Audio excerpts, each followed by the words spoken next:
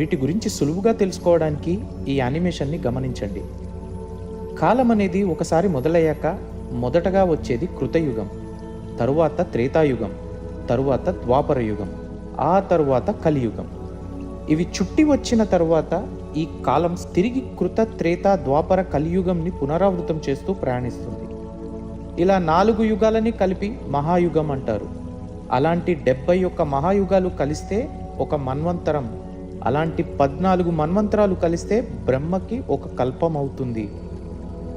ఇలా ఎందుకు జరుగుతుందంటే, ఇలా తిరుగుతున్న కాలం యొక్క వేగం కూడా అన్ని లోకాల్లో సమానం కాదు. అది ఒక్కో లోకంలో ఒక్కో వేగంతో ప్రయాణిస్తుంది. దీని గురించి అర్థం చేసుకోవాలంటే ఒక సుడిగాలిని చూడండి. అది మొదలైన నేలపైన తక్కువ వ్యాసార్థంలోనే ఉంటుంది, కానీ పైకి వెళ్ళే కొద్దీ దాని విస్తీర్ణం పెరుగుతూ పోతుంది. ఆ సుడిగాలిని భూమిపై చుట్టి రావడాన్ని